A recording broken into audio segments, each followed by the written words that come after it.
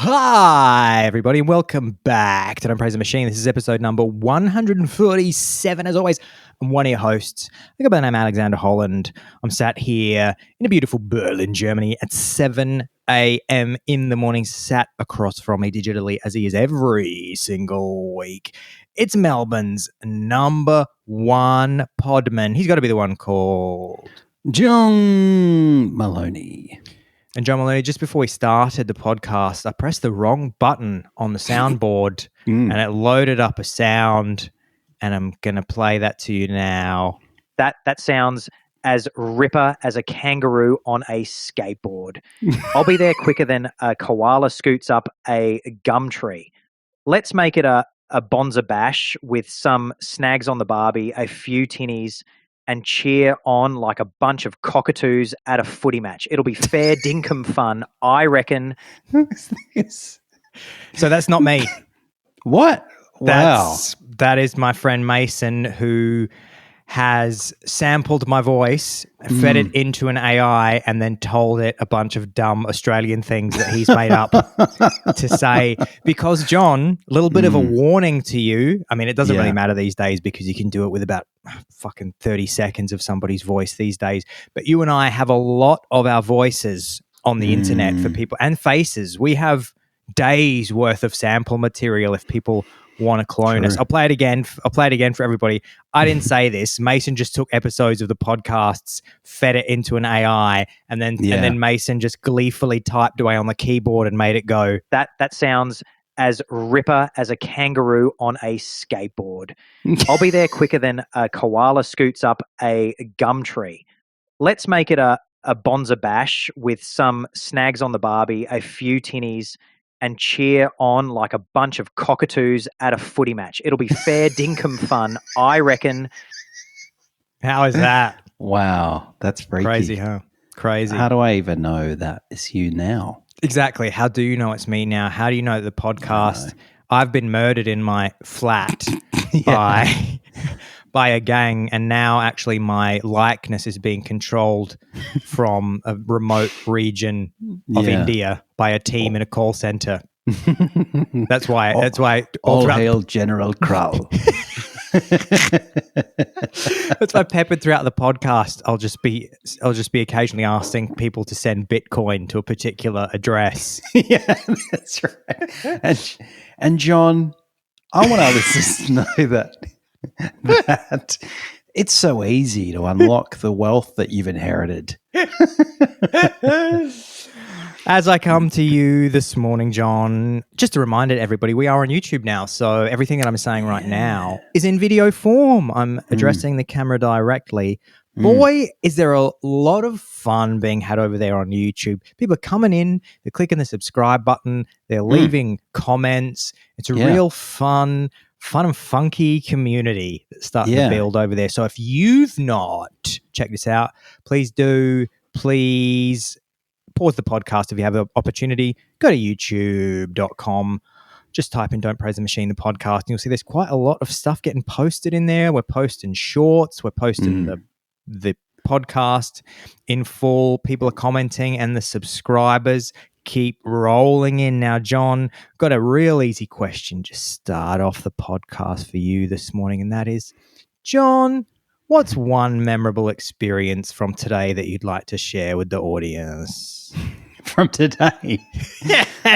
I'm trying to work on the ultimate open-ended but also easy to answer question with new people or people that you haven't seen for a while, or just anybody. You walk into a social situation. Yeah. I'll let you answer the question, and then we'll dive into why that either is or isn't a good question. So just once again, John, what's one memorable experience from today that you'd like to share? Guys and Al and listeners and viewers, I think this is a tricky one because it's been a very uneventful Sunday, a joyously uneventful Sunday for me. Yeah. But probably a highlight of that is getting a little bit of leftover steak from the fridge, slicing it very thinly. I was channeling the bear, slicing it into very thin, beautiful slices Yeah. screaming at your partner Jacinta, calling her cousin. And I was thinking about the bear as I was doing it, thinking I could do this. Why are they getting so anxious on the bear?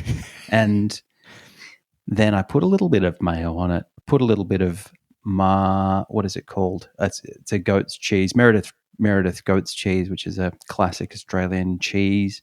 I put a little bit of Cholula hot sauce on there. Yeah, with a little wooden top. I love. I can feel it in my hand as you tell me that. Yeah, if I was with you at a dinner party, and you're telling this story and people were gathering around, I'd say to everybody, do you know the feeling of a Cholula cap? And everybody would make this twisting motion and go, please continue, John.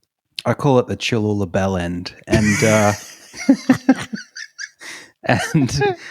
and I wrapped it in a mountain bread and I just ate it and watched Fall of the House of Usher on Netflix. And I thought, this is a nice little Sunday I'm having. Yeah. Well, so let's workshop this. So I'll tell you a little bit of the thinking behind the question. I always like questions asking people what they were up to that particular day because I find that it takes the pressure off people trying to pick something that's, because, what's the classic? We always say it's not the greatest question to ask, what have you been up to? It's way too broad. People freak out. They think I've got to say something that's impressive. What I like about what I like about focusing on the day is that it takes that pressure off. But then the other thing that I said to you is I tried to say, instead of saying what's the most memorable thing, because even that I think puts too much pressure on people. So that's why I opened it even further and I said, what's one memorable thing from today that you'd like to share? I still think it could use a bit of work. I was even thinking of making it real weird and saying, hey, John, so this is what you would say at a party. You'd walk into a party, there'd be a new man there that you'd never met before, and his name would be Jeff, and you'd say, nice to meet you, Jeff. Jeff, what's one thing from the last 3 hours you can remember? That's a good idea. Yeah, Jeff, before you came to Sex Club in Brunswick tonight,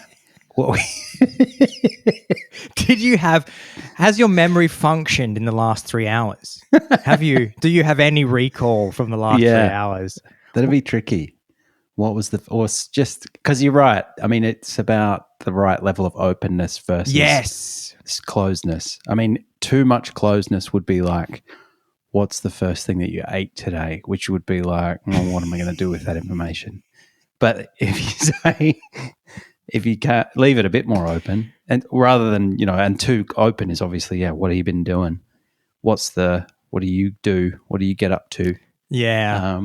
Ask me. Okay. Al, what's the most, your day's a lot newer than mine. So but let's open it up to yesterday. In the last 24 hours, what is a memorable moment that you want to share with our listeners and viewers? I love this question, John. I'm going to be standing next to you at the dinner party, cheersing a beer. Last night I did something that I've been putting off for ages, and I did it. And it's one of those things that just makes you feel so good in your bones. And that is, I backed up and set up my new computer. So now my computer is ready to roll with all the software that I need from my old computer. I bought an external hard drive. I loaded up I loaded up Apple Time Machine, which is their backup program, which I've never used before, which is incredible. So now I've got the whole thing set up. I've got my music external hard drive set up. I've got my Time Machine external hard drive set up. So it basically means that I can use my Macintosh computer and whatever goes wrong, I can snap back to a backup from a couple of hours ago. Right. And all my music is on an extremely fast SSD drive. And I've been putting it off because it's kind of annoying. But now I just feel like I'm ready to take on 2024 with a brand new hard drive. And then I would turn to the group and I'd say, does anybody else have external hard drive stories they want to share? Bow. John, when I did actually go. What's the memory? What's it called? Time Machine. Time Machine. That just backs it up. Yeah, but I've always used third-party backup software, which I shouldn't have, because Apple's had Time Machine for God knows how many years, and apparently it's just incredible. Because I looked up, I'm extremely anal and organized, as you might be aware, John, and so I have everything backed up from the last 20 years of my using computers. I don't think I've lost anything. If you've ever sent me anything, if I ever took a digital photo, my house is basically one of the walls in my house is actually bricks of external hard drives that it was getting so big that I just plastered over them, and I've created. So sometimes people knock on it and they go, "Is that Gyprock?" I go, "That's external hard drive that you're knocking on there, builder." Please be gentle. That's some good memories from 2004 there. Yeah. So I had to, by the way, I actually also went through, this is actually the more interesting. See, this is what you're supposed to do. This is what you're supposed to do.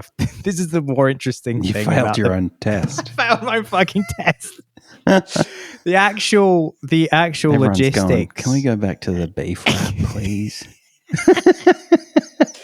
What I should have done is I should have said, what is interesting about my having set up my new backups is that I was going through old backups.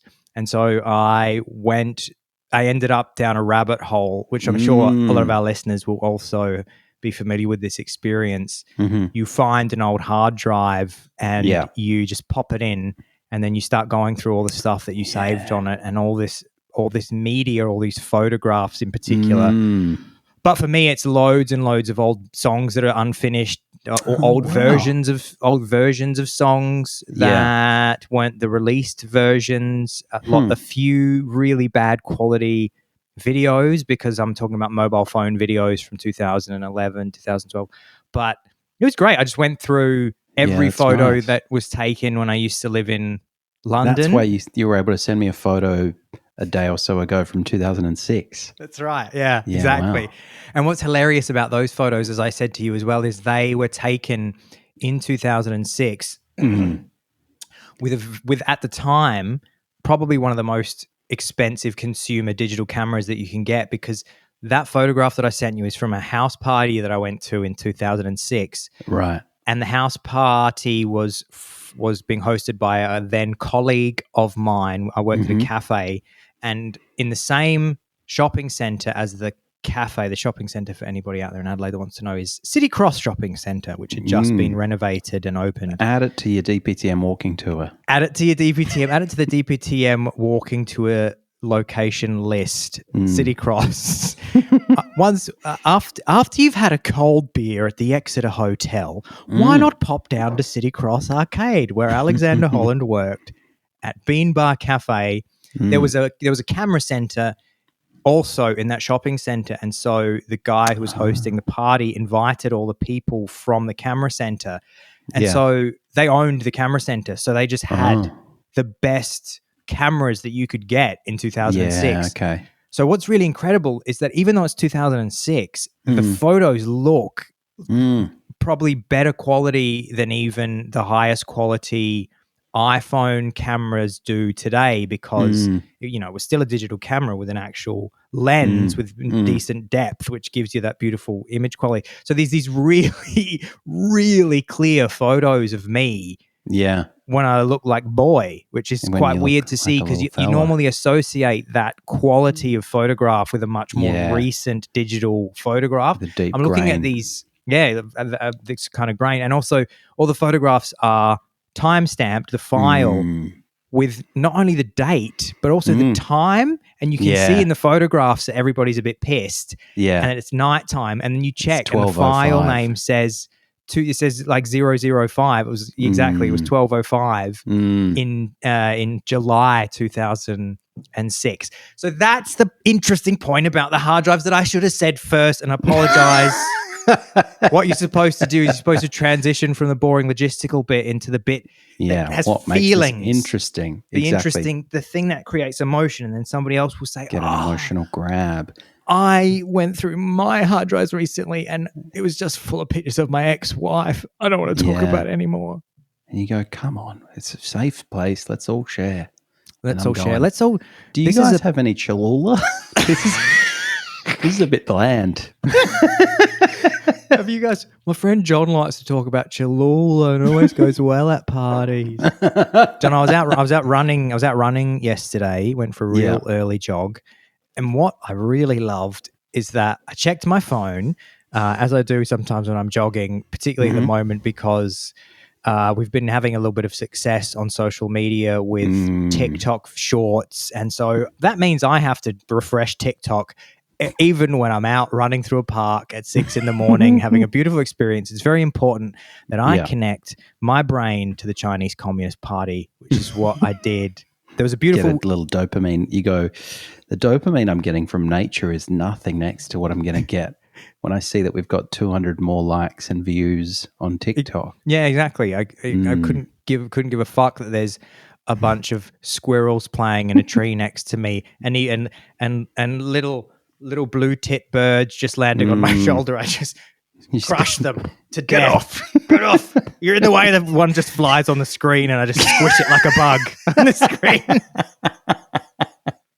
There's just a little squished mass of feathers and beak, and I just brush it off the screen to reveal TikTok behind. And go, yeah, good. Yeah, nine new followers. That's awesome.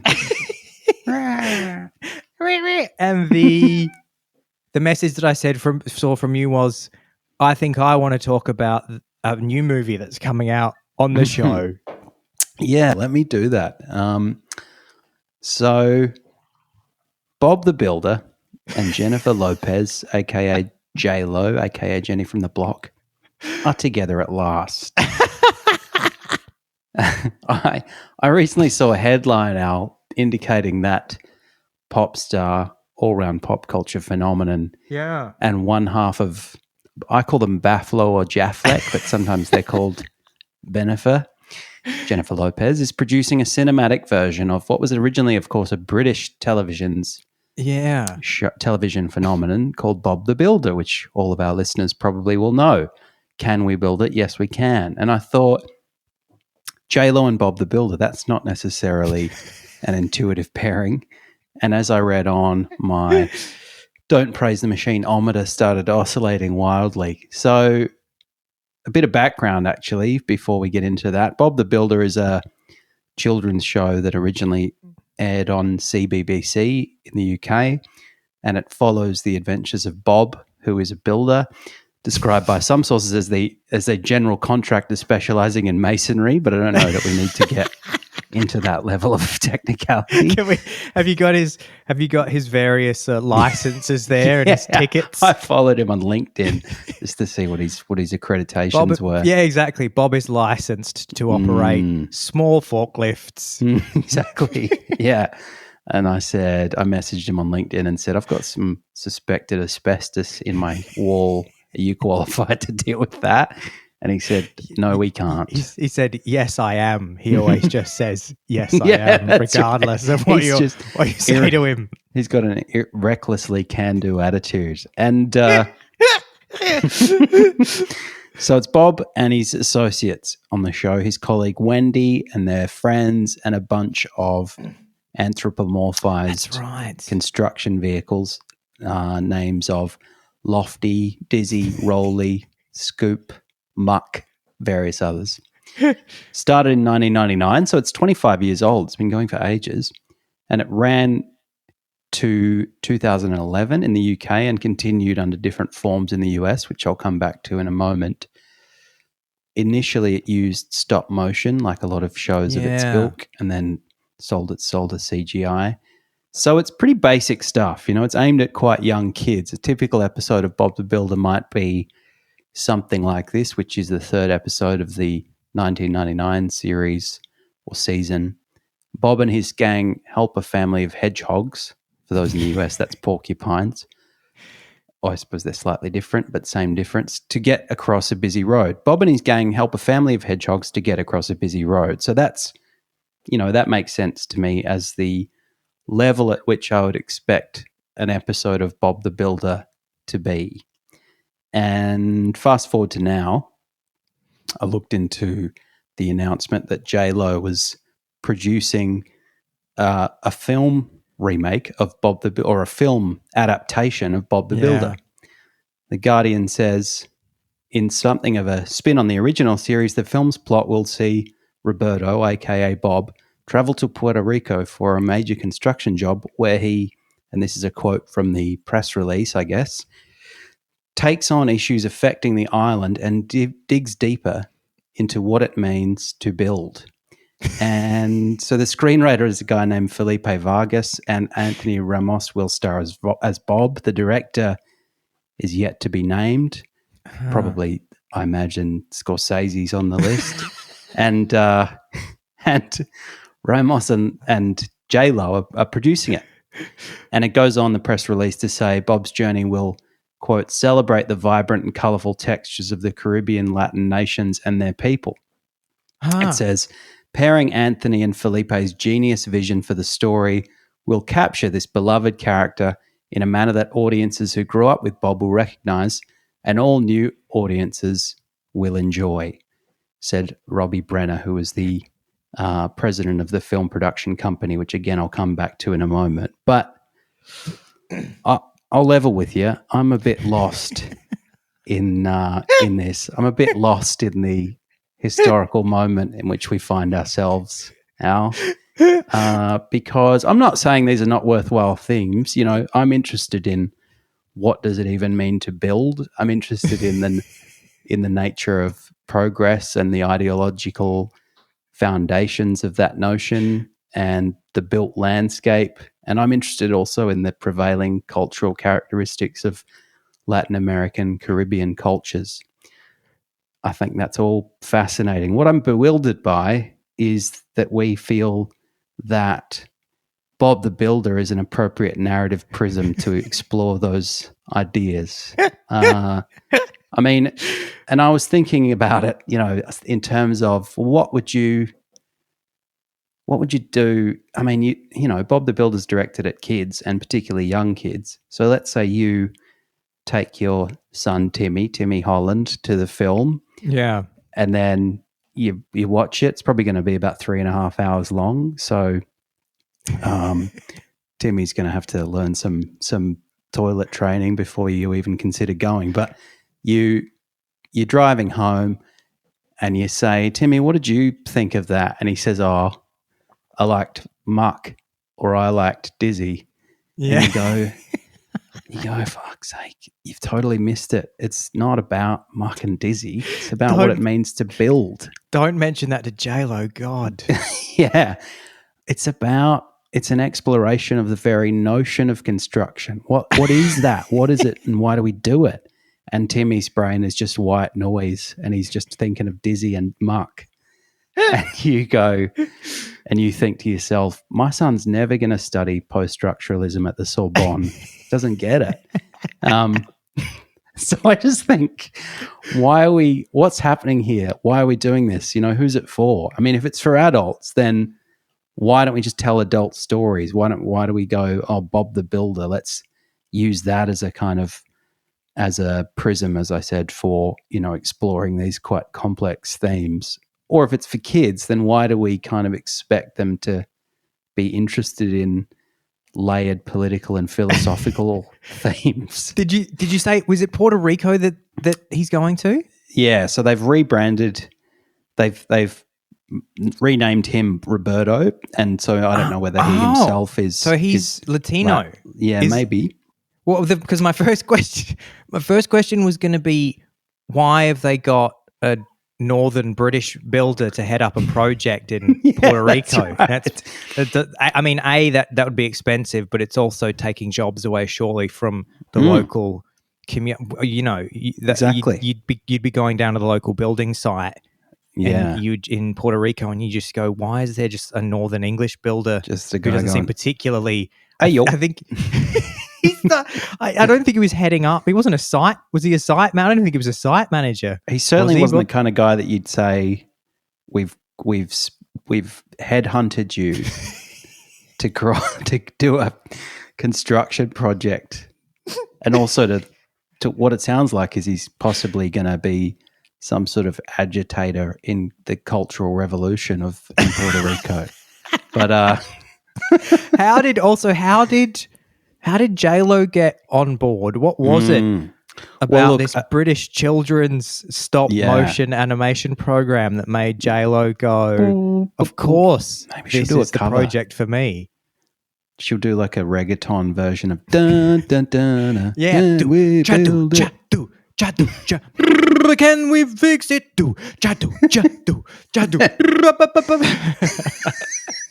So I think part of the answer to your questions is that in 2011, the British group who owned all the rights to Bob the Builder sold that to Mattel, and they sold it for over $500 million. It was extremely valuable at the time, which is puzzling, but I guess it was quite a successful It's strong IP thing. Bob the Builder, very. I mean, you think Yeah. as soon as you hear it, everybody knows that song. I even remember that he was voiced by one of the guys from Men Behaving Badly, if I recall correctly. Right. Yeah, there was the kind of taller, skinny one from Men Behaving Badly. Pretty sure from memory that's the voice of Bobby Builder. There you go. And you actually pointed this out when Barbie came out, because, I mean, Barbie was a similar thing. It was an exploration of quite advanced themes using the linchpin of this doll and the world that she inhabited. And I wondered, I mean, at the time, I guess I thought, well, that makes a certain kind of sense because Barbie's a real cultural phenomenon and everyone kind of remembers it and everyone plays with it and it's tied in with, gender, things like that. Yeah. But what you flagged to me at the time, which hadn't really occurred to me, was that this is just the beginning of Mattel exploiting all of their intellectual property in film form. And that's what we're seeing with Bob the Builder, because unbeknownst to me, it's now the property of Mattel. And one of the articles that I looked at indicated that this is really just the beginning of a whole trend that we're going to see. So, yeah, back to the Guardian article, says many of the expected future covers of, or adaptations of Mattel projects are expected to be traditional takes on the toys, but a number, it says, are anticipated to be considerably grittier. It says that Lena Dunham is doing a version of Polly Pocket, which presumably will ask the question, what even is a pocket, and do we need pockets as a society? And Daniel Kaluuya's doing an adult take on Barney the Dinosaur, which that's right. Which, quote, leans into millennial angst. And there's going to be J.J. Abrams, everyone's favorite, doing a Hot Wheels film, which he says will be, quote, emotional, grounded, and gritty. And I just think, is that real? That's real. Yeah, I thought, is this a joke? Like, this sounds I thought you were doing like a bit. It sounds like an Onion article, but it's not. I mean, these are like, because they've obviously gone, well, Barbie, smashed all these records. Absolutely. But I think they've missed the fact that, there's a particular cultural capital in Barbie. There's considerably less in Hot Wheels. I mean, people don't. Why would you go and see that and go, what I want is to explore grittiness and to reflect on culture. But I love Hot Wheels, so I want it to be told. I want those themes to be explored through the rubric of Hot Wheels. Yeah. Why? Why do you want that? I'm going to make a film that's all about the lingering issues that we have to deal with because of European colonialism, and that will be shown through the lens of Thomas the Tank Engine, the movie. That's right. Exactly. Where the fat controller's just having conversations with Thomas about how he needs to get on a ship and move to Africa because there's some real things going on there. And then Thomas is going, I'm not really sure if they're happy that we're going over there. And the fat controller goes, Thomas, they're just savages. We need to get over there and make sure that they're happy. They're happy that we're coming. I'm not sure they are, fat controller. That's going to be my movie. do do do do do do.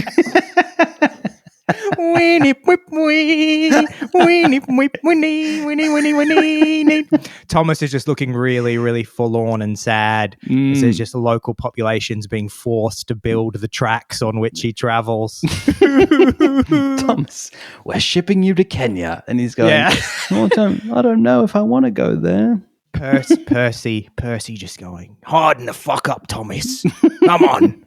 It's about the Empire. Yeah. It's about the pride of the Empire. You have any bloody pride in you? It's about the Queen. It's about Empire. We're just following orders, mate.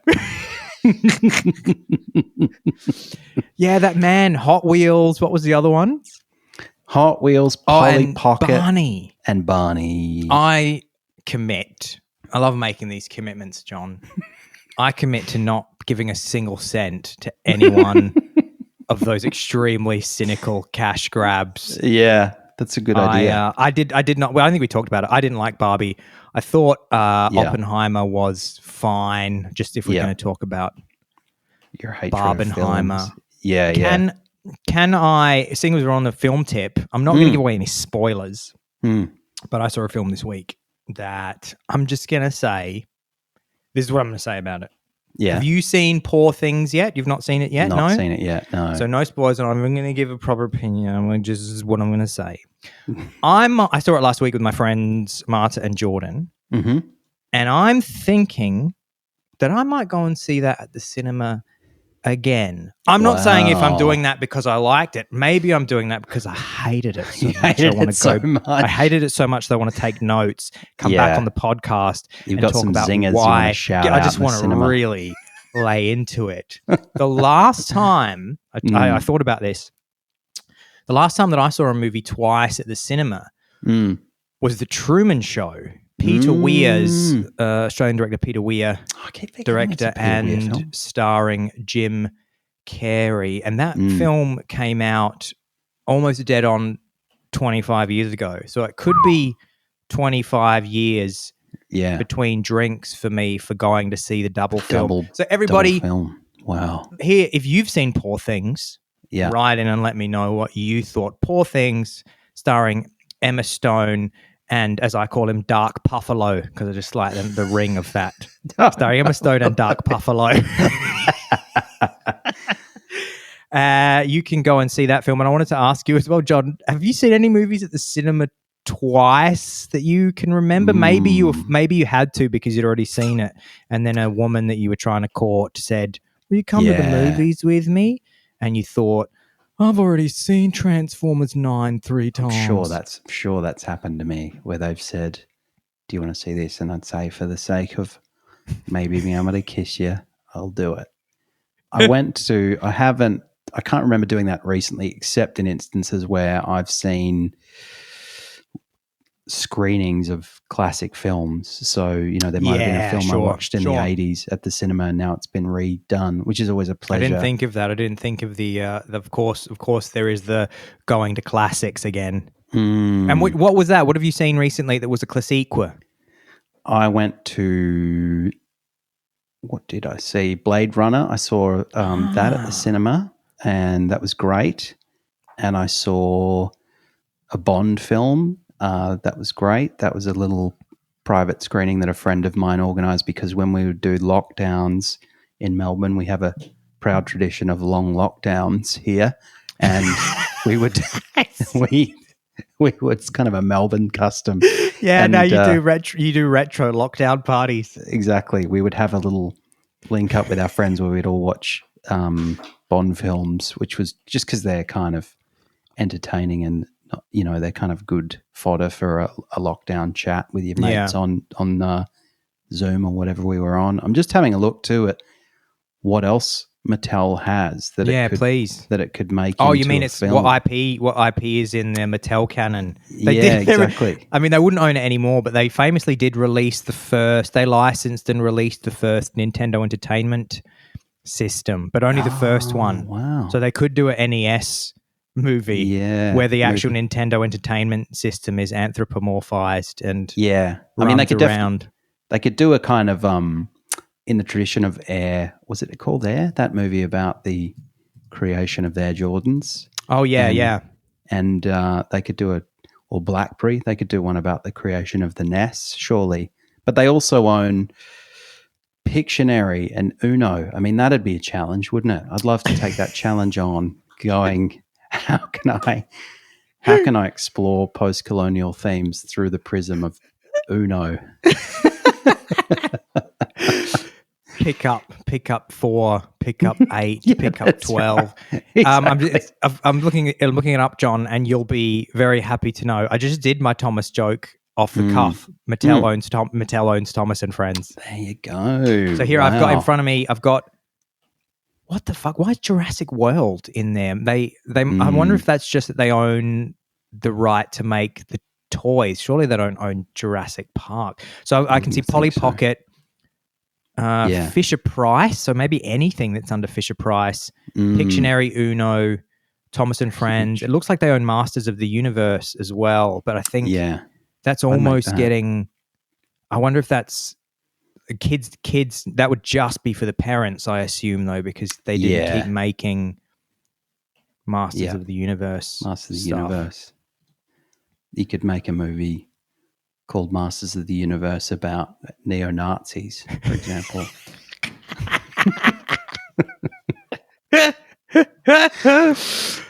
Polly Pocket. They own Fireman Sam. There you go. Wow. I'm having a look. Do they own Postman Pat? Yeah, Postman Pat would be as a holdout. I was listening to the Fireman Sam theme song because you sent me this fucking thing about Bob the Builder. I had all of the classic working class stop motion British children's television program animation characters in my mind. So I was singing Bob the Builder, I was singing Postman Pat, and I was singing the Fireman Sam song. Yeah. And such comforting little worlds, aren't they? Yeah. And that's why I don't want them to be appropriated for the exploration of contentious ideas. I'm happy for people to explore those ideas, but please leave the island of Sodor out of it. Postman Pat turns up to work. Postman Pat turns up for work one day and tells everybody at the office that he would like to be Postman Patricia. Or he starts using Postwoman Patricia. He starts using the mail service to threaten people in positions of high political office.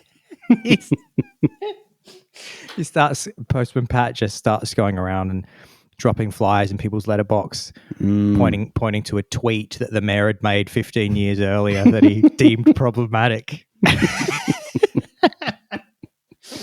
But the Fireman Sam theme song is amazing. It's if you're listening to the Fireman Sam theme song and you don't know it's about Fireman Sam, if you were to replace the lyrics with a story about a boy and a girl, it just sounds like a really upbeat, amazingly produced, late 1980s, almost sophisti-pop song.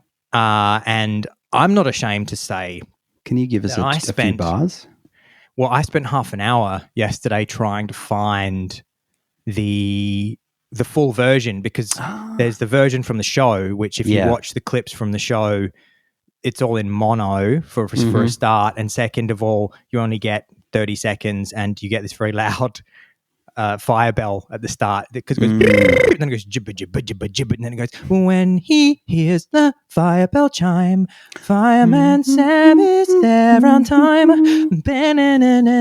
Someone could be in a jam. So hurry, hurry, Fireman Sam, he's always on the scene. And the guy who wrote it... That is a great song, yeah. And I guess it was probably CBeebies as well, but BBC. They put out a single in, I guess Fireman Sam was probably 87 or 88. And so you can get there was a 45-inch single sold with the original theme song, 3-minute version. So there's all these extra verses. And because Fireman Sam was actually Welsh, on the B-side is the Fireman Sam theme in Welsh, which you can also hear as well, which is actually very beautiful sounding language. And so I was listening to that a lot yesterday, and I found actually somebody has uploaded the full 3-minute version of the Fireman Sam theme in really high quality. I mean, the ship sailed because it's already been kind of appropriated to promote Welsh nationalism and therefore sullied. John, should we quickly talk about the biggest tech story of the week by far. One of the biggest tech stories of the year. This is a tech-related podcast. We claim in elevators when we need to pitch the show to people and it needs a direct angle. So this week, Apple launched their first virtual reality product, although they're not calling it virtual reality for some other reasons that I'll save for another day. They're very deliberately not using the term virtual reality in any of their marketing materials. So the Vision Pro came out this week. People would have seen it. It's those weird goggles. It's been called Apple's most ambitious product launch in years, maybe ever. Because if you think about it, one thing that people have been saying is that the tech world and sort of consumer tech products has become a bit stagnant in the last few years. There was a period of smartphones came out, first iPhone 2007, and then for years and years there were all these incredible developments with phones because people were going, let's add this, let's make them do that, let's make them do this, and so people got used to these incredible updates with various technology that was, a lot of it was coming out through phones. But a lot of tech writers in the last few years have said that that's started to become a bit stagnant. People were pointing to the fact that iPhones obviously a new iPhone has to come out every year. And with each new iPhone of the last few years, the 12, the 13, the 14, people were looking at them and going, this doesn't really seem to be any different from last year. So it looks like everybody's plateaued a little bit. So people are quite interested in this and they Vision say it's Pro not, thing. but your old one's going to slow down because we're going to put a virus on it. So just buy this, will you? Because we've got planned obsolescence built into everything. So the Vision Pro apparently was in development for 6 or 7 years. And I think this is right because I don't have my notes in front of me. I think they lodged, it's 5,000 patents for the technology. Wow. I think the earliest patent that is listed on this dates back to 2007. So for context, they're saying the Vision Pro took 6 or 7 years in development before it came out, and maybe 5,000 patents. Yeah. For context, the iPhone 1, the first one, took 2 to 3 years, and I think they had 500 patents. So this thing is considerably more complex, it seems, than just your iPhone. And a lot of journalists now, they are writing about it. A lot of them had an opportunity to play with it a little bit last year when it was being demoed. And there's a lot of things to talk about because it's an Apple product. So it's really the first time that one of these VR headsets has been marketed through an extremely strong brand where people who perhaps would have never considered getting a virtual reality headset before, you've got Oculus Rift and Meta have released products, but it's funny, I've never even seen one in my life, even though they're out there and you can buy them. You can buy an Oculus Rift and whatnot. I've never seen one. Nobody I know has owned one. I haven't seen one in a department store. I've never tried one on. Yeah, the last time I used a virtual reality headset was at some kind of science expo in the 90s. That's me too. And it was terrible. I literally remember, I'm not shitting you, this is going to be extreme. People 90s Adelaide heads are going to love this reference. This is very DPTM. I think the last virtual reality headset I tried on was in 1992 in Dazzleland at the top of the Maya Centre in Rundle Mall in Adelaide. And that was when virtual reality looked like the Money for Nothing music video from Dire Straits. It totally did. Yeah. And the main thing that it offered, which just blew people's minds, it didn't really matter how basic it looked, but what mattered was you could put this headset on, and then if you went like this, turn your head to the right, it would turn the visual field to the right, and people were like, we're in the future. And then it was kind of like, this is a good idea, but it's still the 90s, so we can't really do anything with it. So it just kind of went away for 20 years. And then it's true. Yeah. Everyone thought it was dead. So Apple have decided, let's give it a go. It's a big risk because it's such a different way of interacting with a device, and whether or not that is how people want to interact. Famously, Facebook changed its name to Meta, and Zuckerberg went all in and started spending billions of dollars per hour trying to create the metaverse, and then they've had to really wind that back because their stock fell through the floor, and all the investors were just going, shut this down. Yeah. But Apple's gone, okay, let's give it a go. So they've released the Vision Pro this week, and I don't know, have you seen any videos of it, John? No, I can't say that I have.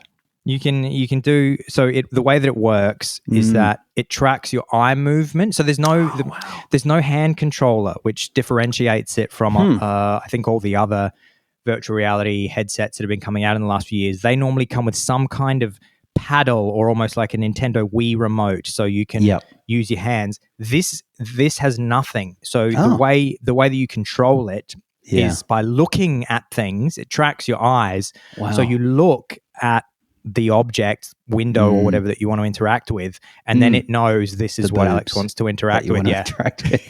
The virtual boob that you wish to interact with. and it tracks your hand movements as well. So you pinch and move things like is that Minority Report where he does that? Oh yeah, that's right. Yeah. So you do it's that thing that we've been waiting for years, where you switch and swipe everything. Right. So everybody's talking about that.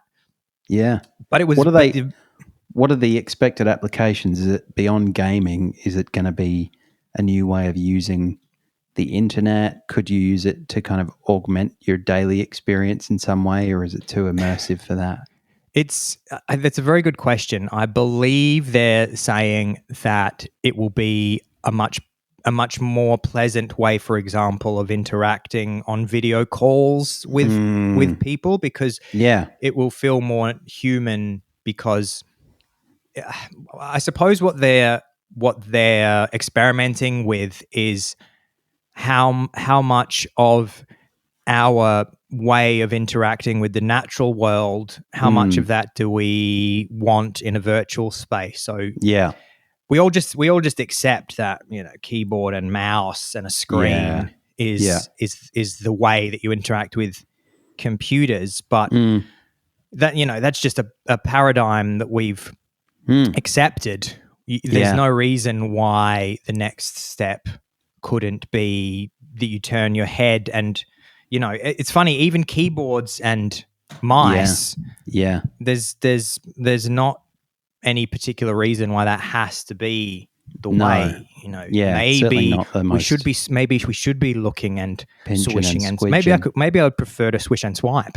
And look at the podcast rather than tippy tap. But I just hope that in the Vision Pro there's a lot of squishing motions. That's the only way that I want to interact with a computer. Zoom call and you just reach out and squish your person you're talking to. It will be the equivalent of a poke in the olden days of Facebook. Yeah, squeeze. But I'm looking forward to a time where I don't have to use any of my muscles and I can just atrophy into my gaming chair. I just want to use my tongue so I can go, John, I'm going to record the podcast. Hang on. And then I'm going to go, hang on, I have to just open the other window. Swipe, we go. That's how I go through tabs. Is I just hang on. Sorry, John, you're on the 10th tab. 1, 2, 3.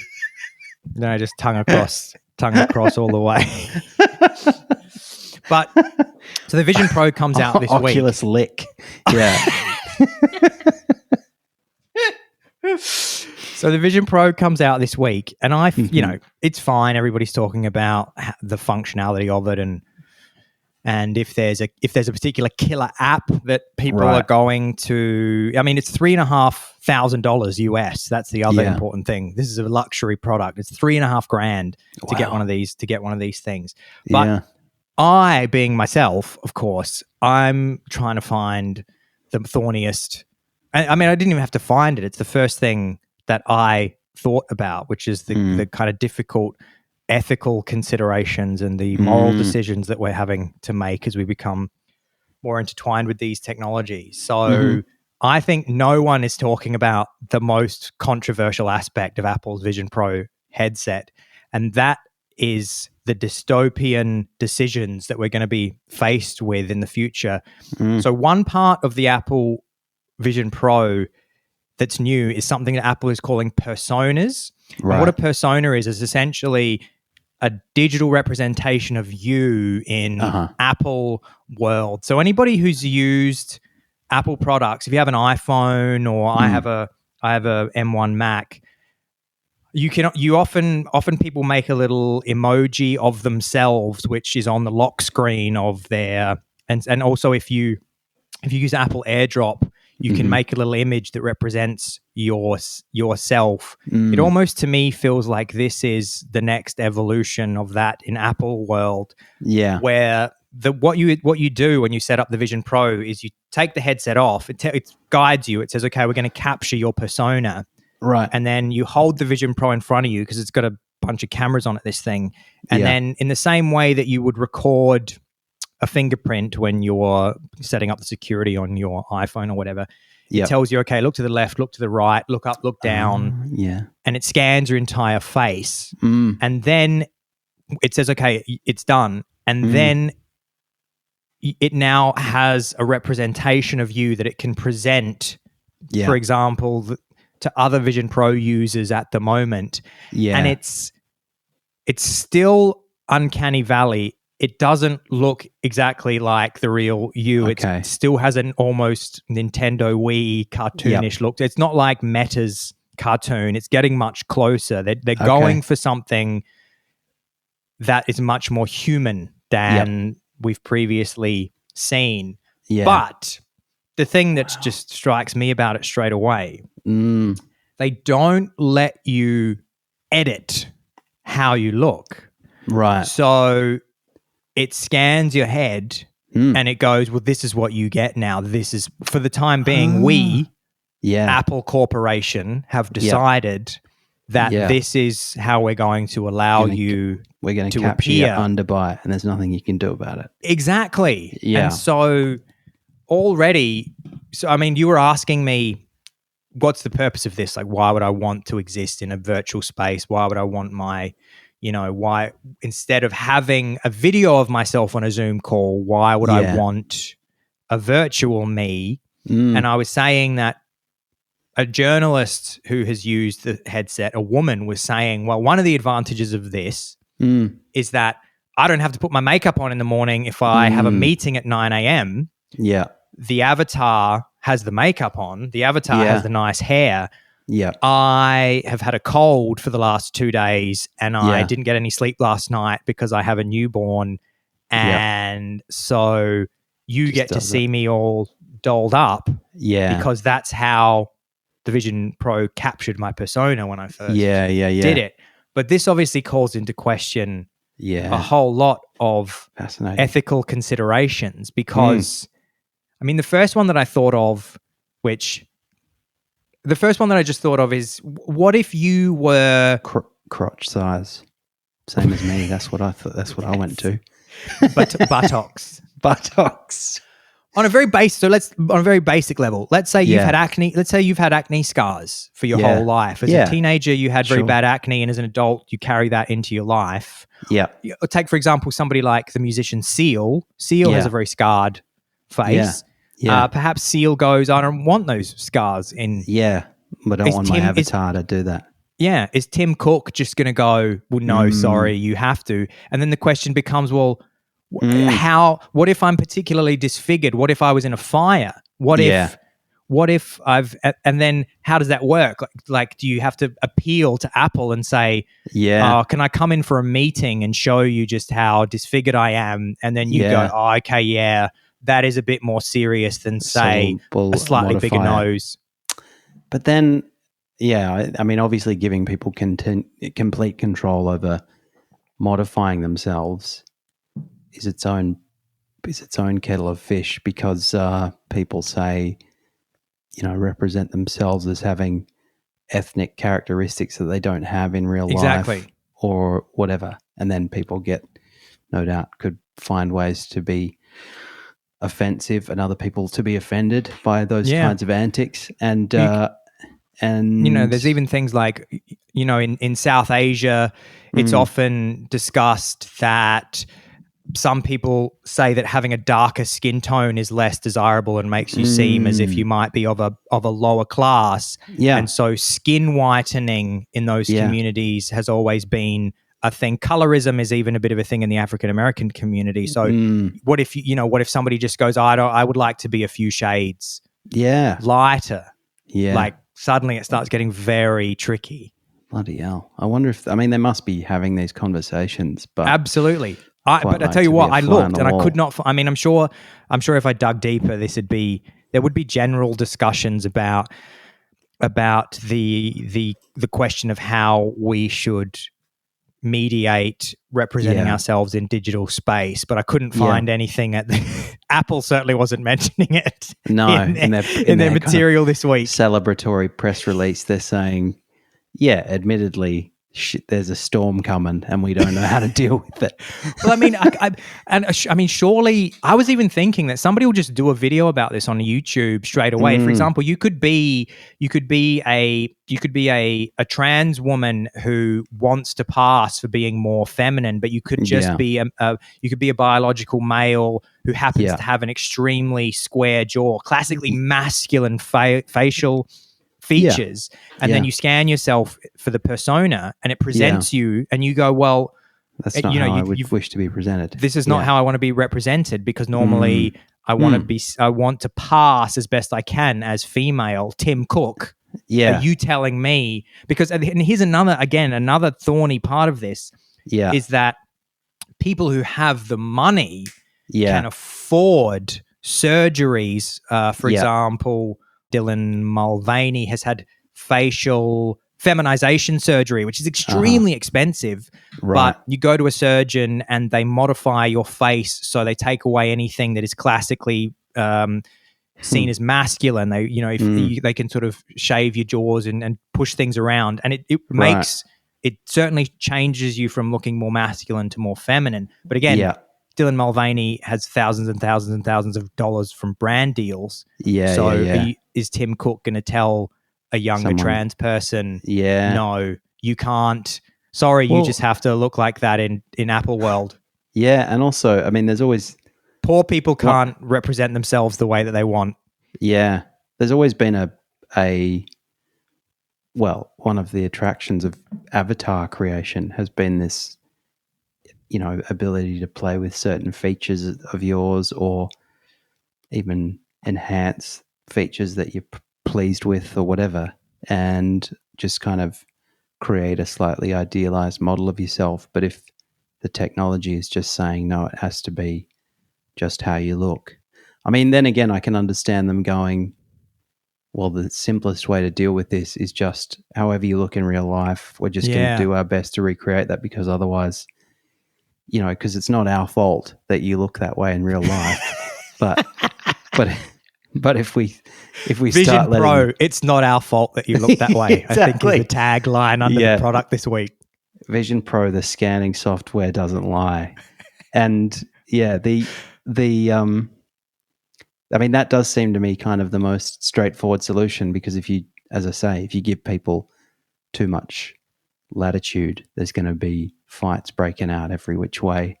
Yeah. And they'll just be able to say, well, look, the real world's problems are the problems of the real world. They're not ours. We're just representing you faithfully.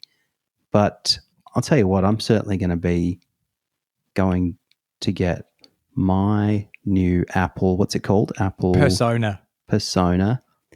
And I'm going to get a haptic cod piece to go with it. I'm going to go absolutely hog wild in there.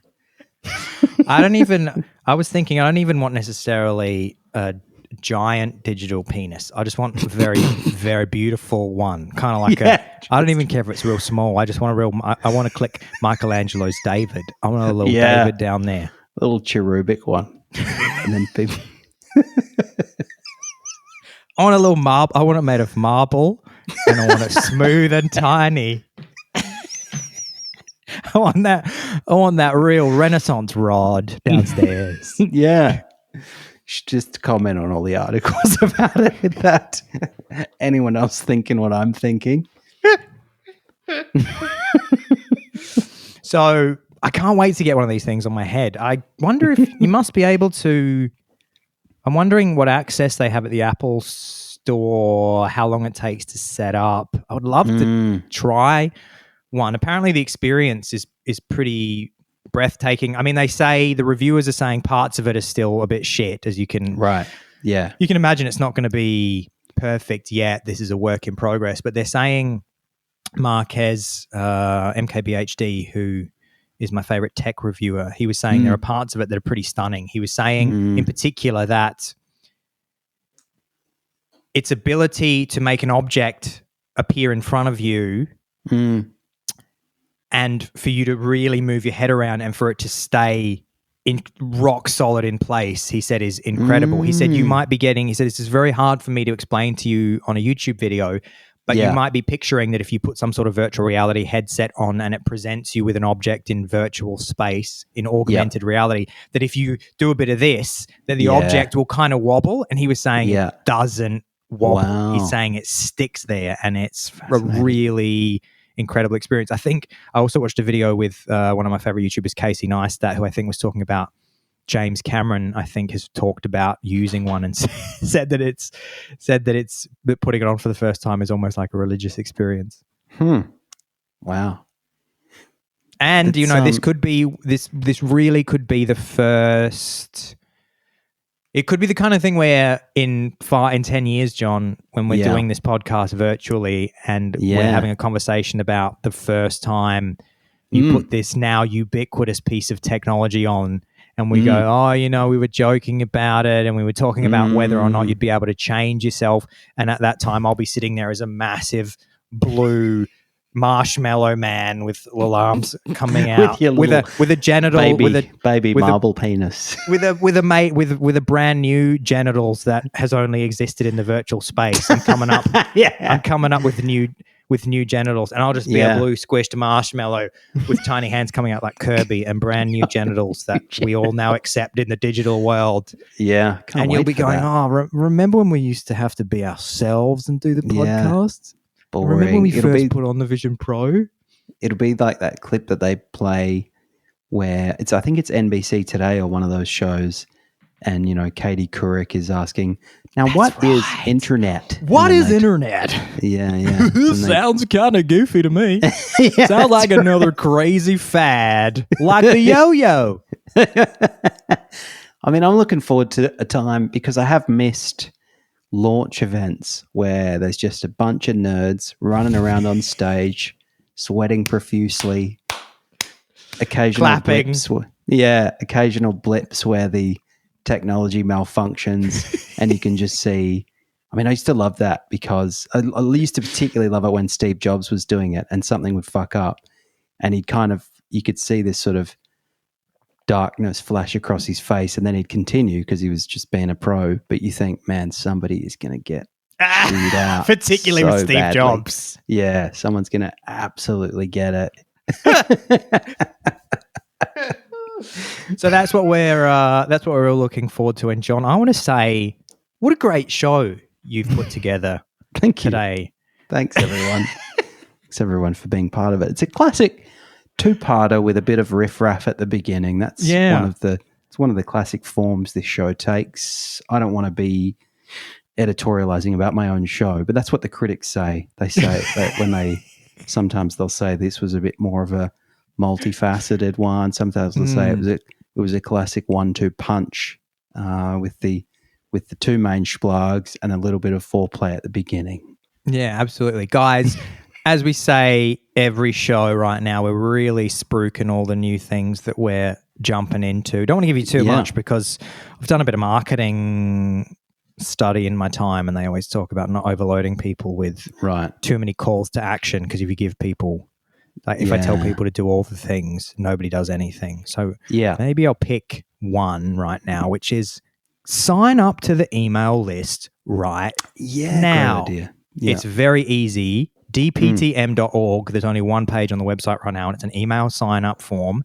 DPTM.org. John has been slaving away on his Vision Pro headset, tonguing every key for a brand new newsletter.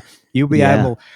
able to sense the saliva on the newsletter that he's tonguing up for you right now. I can't wait. I'm quite excited about the kind of old schoolness of just sending a bunch of followers a newsletter, and I'm going to really throw myself into it. And Al's going to have to aggressively edit the first draft because it's going to be novel length. DPTM.org. You're not going to want to miss John's writing. John, St. Ignatius Headmasters essay champion, 1993, all the way through to the year 2000. Maybe, John, just paste a couple of old Headmasters essays into these emails, into these newsletters. Great idea. Guys, this week from John, it's 1997. So do you remember any of the themes that you wrote? Yeah, the first one was on a ship, like a kind of pirate ship. It was creative writing. It was creative writing, and I think it was about it was a talking parrot was named. Oh, far out! I don't know. It'll come to me, but I'll dig some of those. I'll dig some of those up, guys. And John's gonna be writing. I just quick correction. Brian Donlevy did beat me in year 9 for the Headmasters Essay Prize, but that's I think widely considered to be an upset of scandalous proportions. And no doubt, it was about some sort of allegory of the Troubles. Yeah, that's right. Exactly. They were just giving it to him because they were like, well, his Irish ancestors have been wronged, and I said, well, so am I. Can we just look at my fucking surname? Yeah. I said, God, little did I know I was like jumping up and down saying, can we just assess this on merit? And I think these Headmasters essays should be blind marked, I would scream. Guys, you absolutely love this newsletter. It's coming to you real soon. DPTM.org. You can do it right now on your phone as well. The email sign-up form, I've made sure, looks real nice on mobile, dptm.org. Thanks, everybody, for tuning in to Don't Praise the Machine this week. And we're going to be here again next week, as we are every single Tuesday. Or if you stay up really late on Monday nights in the Northern Hemisphere, then you can also get it then. Thank you so much, everybody, for tuning in to Don't Praise the Machine this week. And we can't wait to see you next week. The podcast.